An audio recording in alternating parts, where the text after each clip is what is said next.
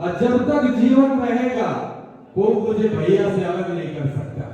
और मैं 10 घाट का पानी नहीं पीता हूँ, एक ही जगह रहता हूँ। ये मेरे भैया हैं, थे और रहेंगे। बस गुंजन सिंह और पवन सिंह, ये प्यार है, आशीर्वाद। ये तो हम पहले बोल रहे थे भैया, जब नहीं मिले थे तभी। अब इसी पर मैं एक लाइन भैया के लिए गाऊंगा सिर्फ। हर निंदियो नया दे मोहे सारी सारी रतिया,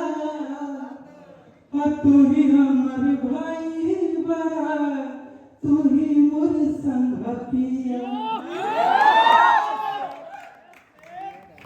भैया को इतना आशीर्वाद आप लोग देते हैं, पूरे भारत में नहीं विश्व में टॉप पे टीआरपी किंग मेरा भाई है। और जब भाई मेरा गरजता है तो सीना चौड़ा हो जाता है।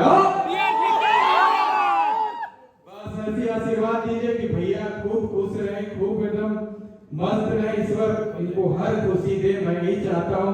हमारी के उम्र के जरूरत पड़े तो कुछ भगवान दे दे काट के तो होगा।